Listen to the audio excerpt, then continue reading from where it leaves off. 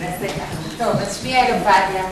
שמחה להיות פה ולהיות לראות את כולכם בנושא כל כך חשוב. קצת על עצמי, אני בעלת תואר שני במנהל עסקים, עם ניסיון של למעלה מ-15 שנה בתפקידים ניהוליים בחברות וארגונים. לפני 5 שנים למעשה יצאתי לדרך יזמית עצמאית, כמו שתיארו פה לפחות חלק מהפגישות בפאנל, לעזוב משרה קבועה, מהירה ונוחה ולצאת לדרך עצמאית. הגשמתי חלום שלי, הקמתי מרכז פעילות להורים וילדים באזור השרון. זה היה באמת מבחינתי ממש להגשים חלום, אבל באמת הניסיון האמיתי להביא את הרעיון לידי מימוש, להביא עסק מעסק מתחיל לעסק מוביל, וזה באמת שדרג את כל הניסיון העסקי והאישי שלי. לפני שנה וחצי בחרתי את העסק, והיום אני מתמקדת בעצם לליווי עסקי ושיווקי לעסקים קטנים, ומאוד קרוב. מה שאנחנו נדבר היום בעצם זה על נושא של מיתוג אישי. בעצם הרבה מאוד אנחנו שומעים על המילה מיתוג, מותג, מוצר. בואו לפני שככה מתחילים, תגידו לי מה זה בכלל מותג? יוקרה. יוקרה, אוקיי. מה עוד? פירמה. משהו בעל שם. משהו בעל שם. אם אני שואלת אתכם מה ההבדל בין מוצר ומותג? הבטחה לאיכות. אוקיי, איכות זה סוג של ערך שקיים בתוך מותג. אם אני שמה מוצר מול מותג, מה ההבדל ביניהם? מוכר, יוקרתי, נכון. כשאנחנו אומרים מוצר זה בעצם הפונקציה שממלא עבורנו אותו מוצר. אם אנחנו מדברים על קוקה קולה, שזה המוצר הוא משקה מוגז בצבע ג'ינס הוא מכנסיים שאנחנו לובשים, אבל כשאנחנו שמים לזה את המותג ליד, ליבייס, ברוקר או מה היום המותגים החדשים, אז אנחנו מקבלים הרבה מעבר מיתוג זה ייחודיות. מיתוג זה אחד הדברים החשובים בעצם במיתוג, זה בעצם להגיד מה מיוחד באותו מוצר, באותו מותג שאנחנו רוצים, שאנחנו בעצם רוצים לשווק אותו. כשאנחנו מדברים על מותג, המוצר למעשה מקבל ערכים, תפיסות, רגשות ועולם שלם של תוכן מעבר לפונקציה הישירה שלמעשה ממלא המוצר הזה. וזה למעשה המוצר. אנחנו כבר הרבה, למעשה לא קונים מוצר, אנחנו קונים בבטן, אנחנו קונים בהרגשה, בחוויה. קונים כי אנחנו מרגישים שאנחנו אוהבים, יש לנו רגש למוצרים שאנחנו קונים, שאנחנו רוצים אותם, וזה למעשה ככה ההבדלים המהותיים של בין מוצר למותג. מותג למעשה אנחנו מכירים בעולם בכלל, מייחסים את זה בעיקר לנושאים של מוצרים, שירותים, אמרתי קוקה קולה, נייקי, מרצדס, מותגים בהחלט שאנחנו מכירים. אנחנו יכולים לייחס מותג לבן אדם? בוודאי, אילון בן יוסף. אילון בן יוסף הוא מותג. סבתא ג'מילה. סבתא ג'מילה היא מותג, מאוד. גילה יפית, אוקיי. מה שמה, גילה אמיר? גילה אמיר. גילה אמיר.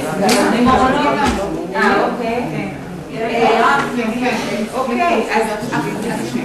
אז אני חושבת שמבינים גם אנשים יכולים להיות מותגים. למעשה, כל דבר שאנחנו עושים למוצרים, אנחנו מייחסים להם, נוספים לתוכם עולם תוכן שלם של ערכים שבעצם מייצג אותם, ואנחנו על פי זה, למרות שאנחנו לא מכירים אותם באופן אישי, יש לנו דעה מאוד מגובשת לגבי אותם אנשים. בואו נראה קצת דוגמאות, ככה במהירות. בר רפאלי, מותג,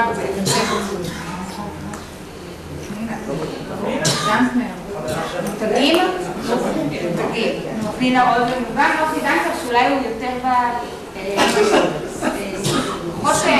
פחות איש שנחזק בצורה רסיבית בתקשורת, אבל בהחלט זה משהו ידוע, אבל בוא נגיד שאם פנינה רוזנבלום, מעבר להיות זה שיש את העסק שלה, היא מותג בפני עצמה. עינת צרוף, מותג, ראש הממשלה הוא מותג? לפה ולפה. חלום. למה הוא חלום? לא, לא קשור לדעה הפוליטית. הוא עדיין שם. התפקיד, אוקיי. שוקי זיקרי הוא מותג. הוא אף אחד היה מועמד לראש הממשלה, אז אף אחד לא פורסם. ציפי לבני, נעשו כבר, אוקיי. שוקי זיקרי הוא מותג, והמוצרים שלו הם מותגים. מה שהוא מוכר, השמפו. רגע, שמעו אותך? תחזרי, סליחה. שוקי זיקרי הוא מותג, והמוצרים שלו הם מותגים. נכון מאוד, שוקי זיקרי זה דוגמה באמת טובה.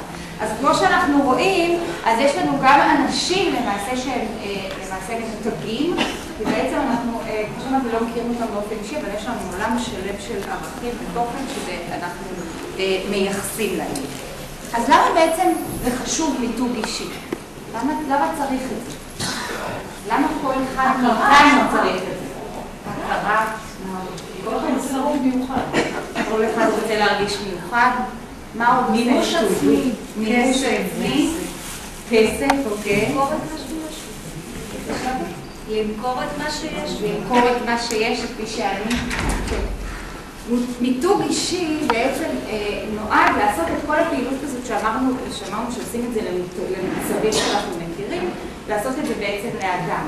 לחשוף את הייחודיות שלו שאמרת, לחשוף למכור את מה שיש, לחשוף את הדברים המיוחדים והחזקים שלי לקהל היעד, שתכף נדבר מי כל אחד קהל היעד שלו.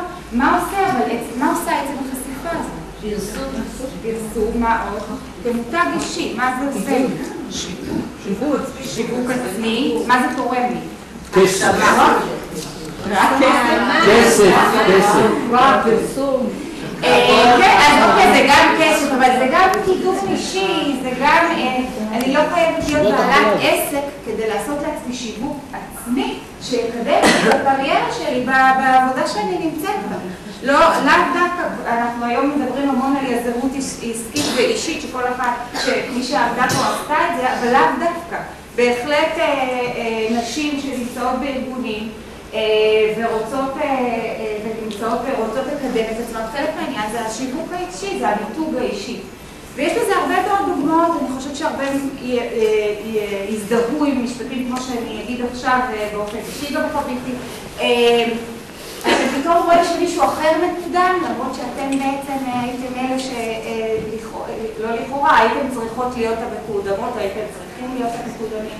עשיתם עבודה מדהימה, אבל לא ממש מעריכים את מה ש... סליחה? עשיתם עבודה מדהימה, אבל לא יודעים עליה. אתם עובדים שעות על גבי שעות, אבל מי שבאמת צריך לדעת לא בטוח שהוא יודע ולא בטוח שהוא מעריך. אני בעלת עסק אישי קטן, דיאטנית לצורך העניין, אני מצוינת ואני יודעת שאני אחת הטובות, אבל אף אחד לא יודע את זה. כל הדברים האלה בעצם מובילים לעניין הזה של מיתוג אישי, של שיווק עצמי, של פשוט לדעת, לקחת את הדברים החזקים שלי